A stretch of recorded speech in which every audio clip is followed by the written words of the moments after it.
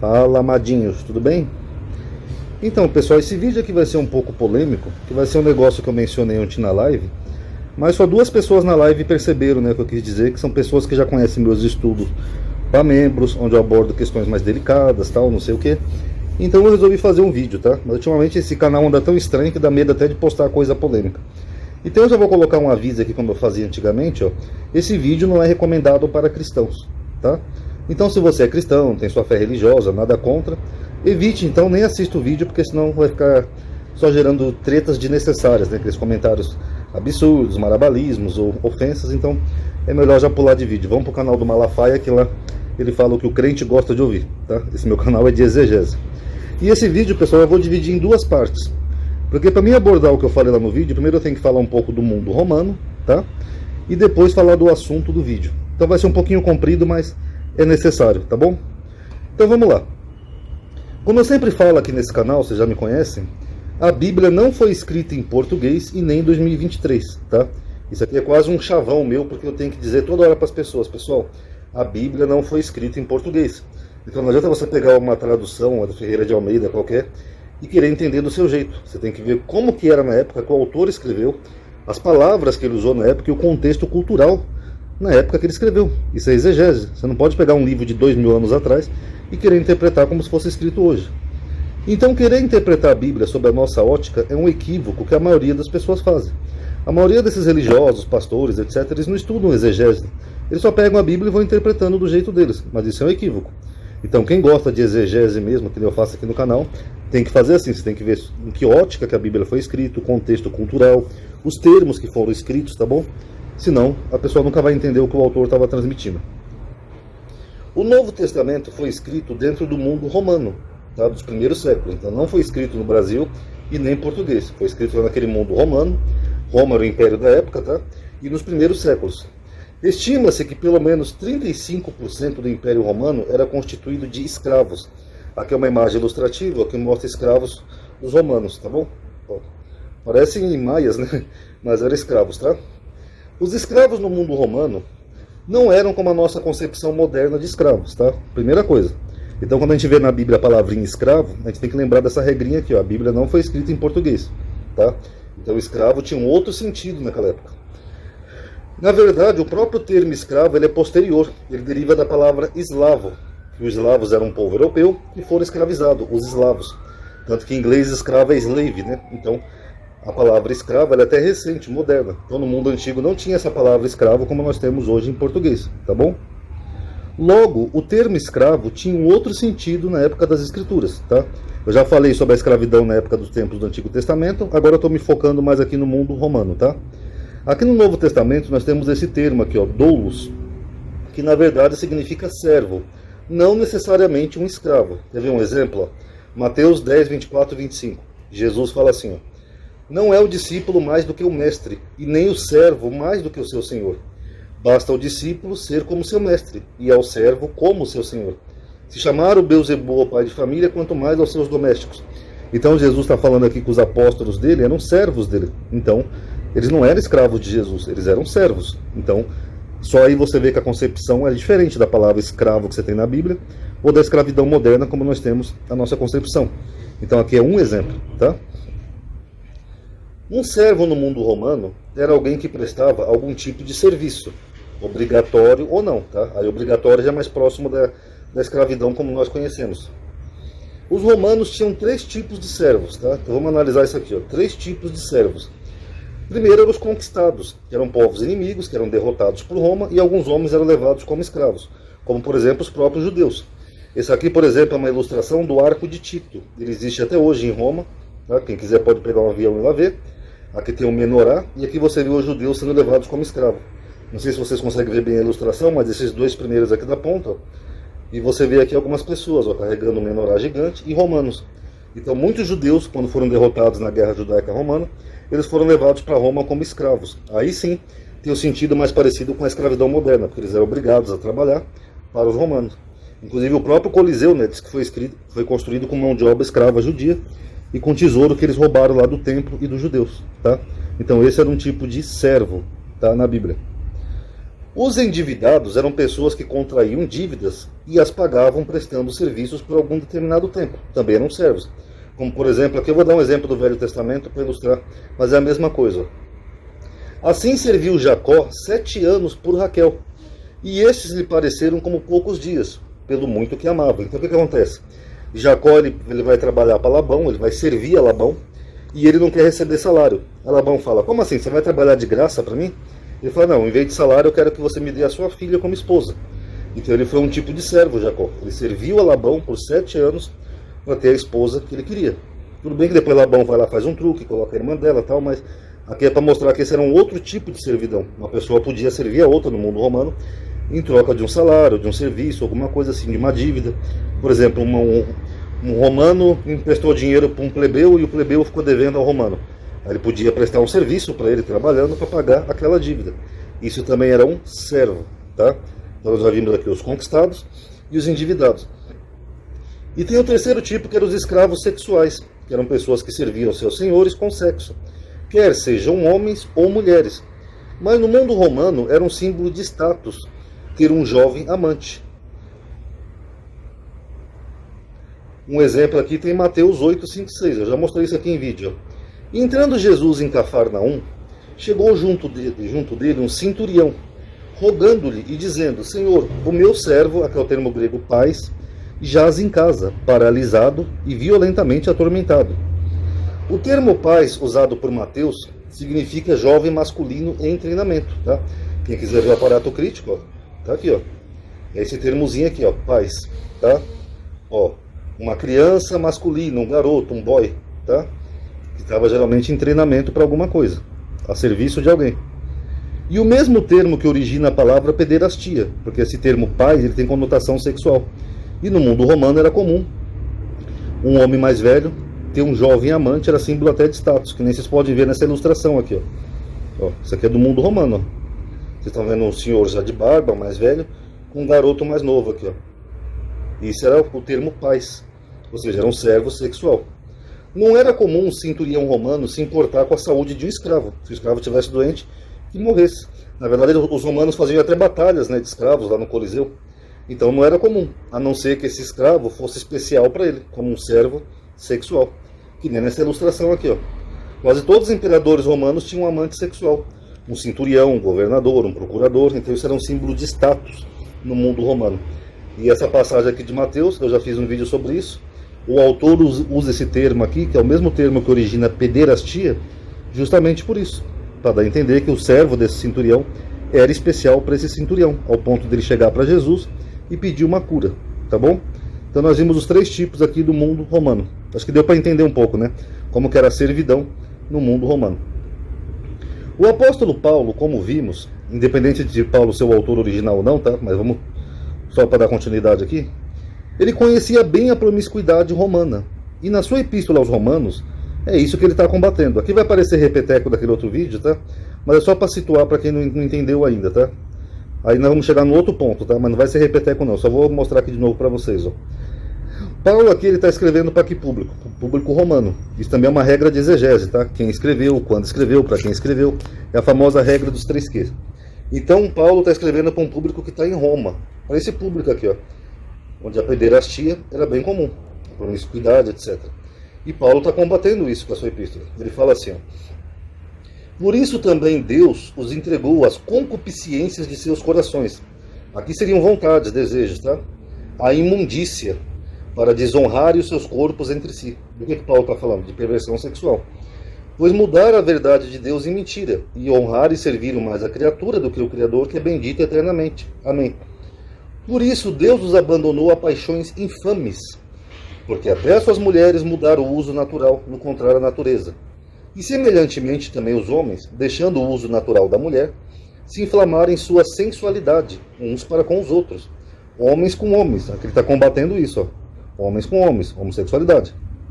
Cometendo torpeza e recebendo em si mesmo a recompensa que convinha ao seu erro. Então já deu para entender o contexto aqui, né? Que Paulo está falando disso daqui, ó, do mundo romano, onde a pederastia era muito comum. Então ele está combatendo aqui, ó, falando que os homens estavam se deitando com homens, cometendo torpeza, paixões infames, etc. Então vamos continuar.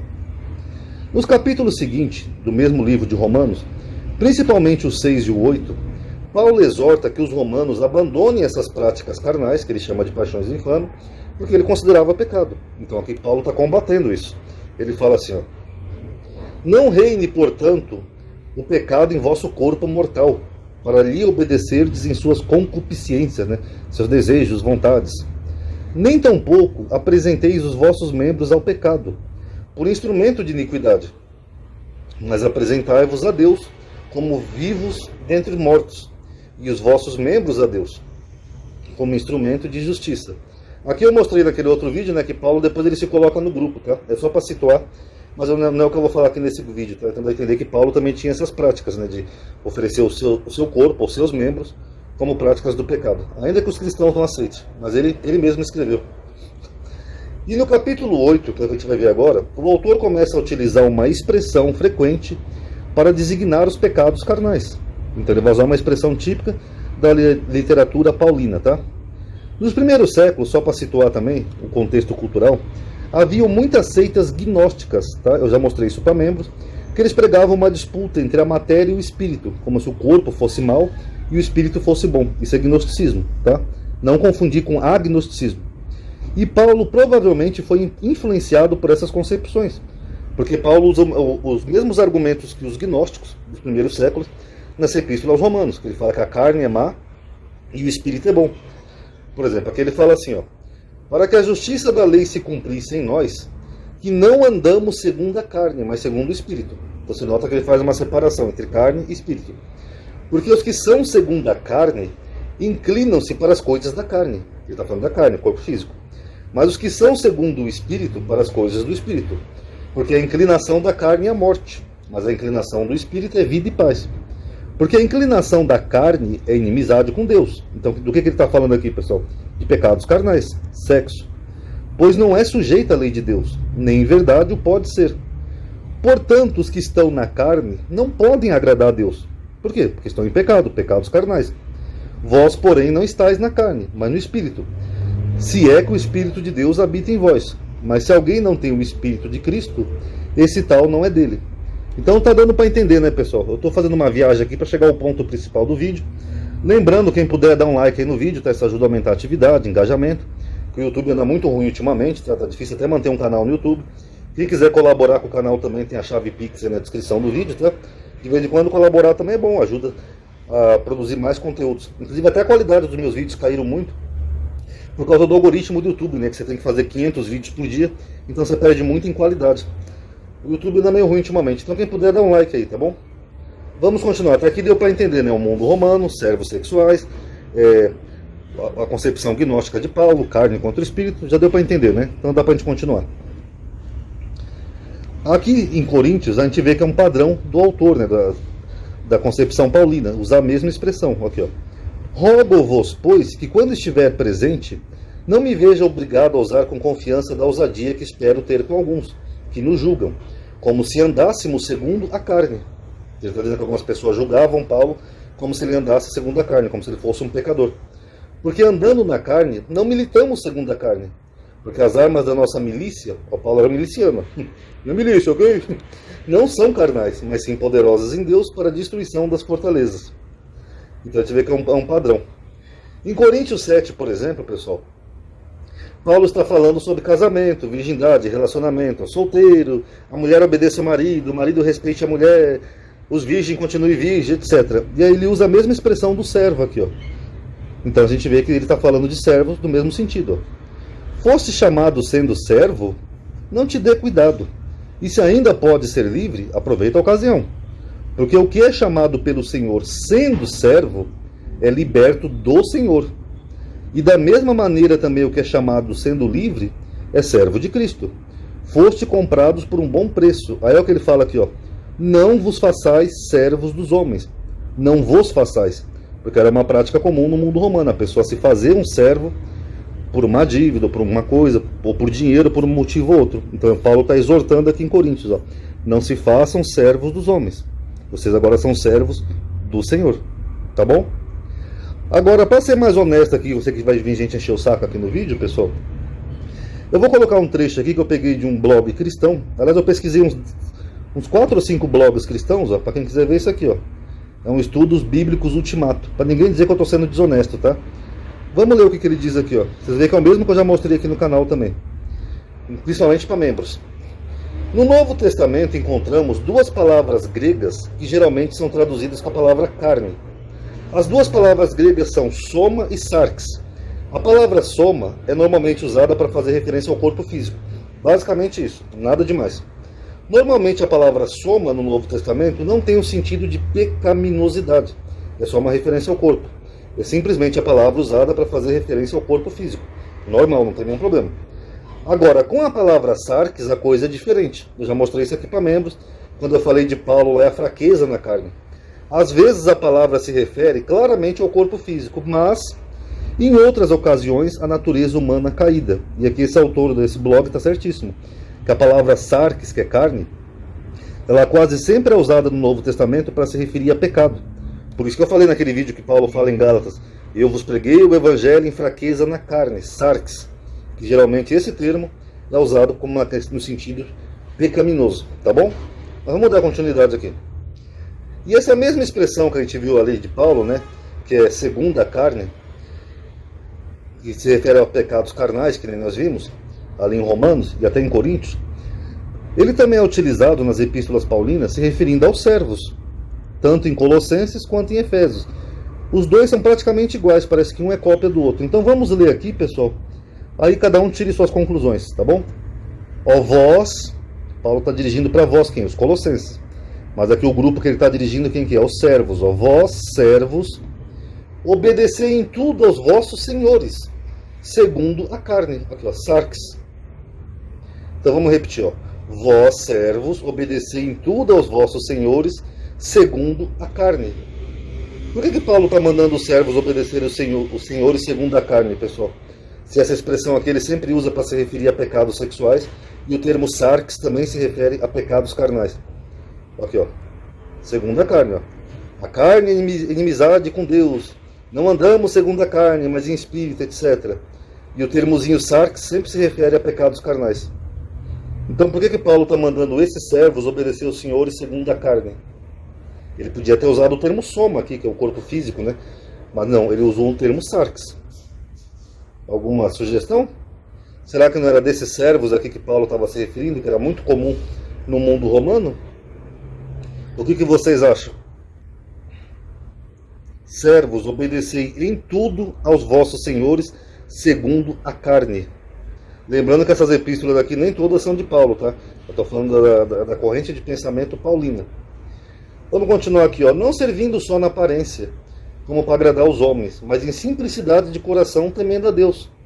E tudo quanto fizerdes, fazei-o de todo o coração, como ao Senhor, e não aos homens, sabendo que recebereis do Senhor o galardão por herança, porque a Cristo o Senhor servis.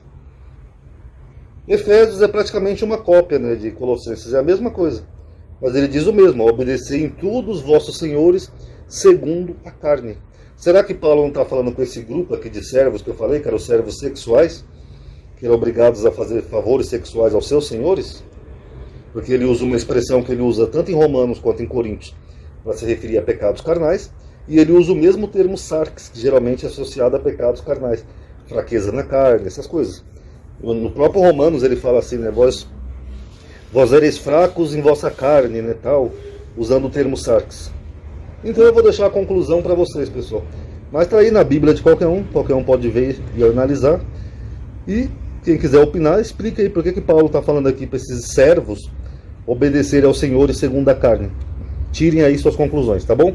Gostaram do vídeo? Deixa o like, pessoal, comentem o que acharam. Engajamento ajuda a aumentar o alcance, tá bom? Quem quiser colaborar com o canal também fique à vontade. Obrigado por ter assistido. Eu sei que já vai vir polêmica e comentários, marabalismo, então eu já vou postar e sair correndo. Paz a todos.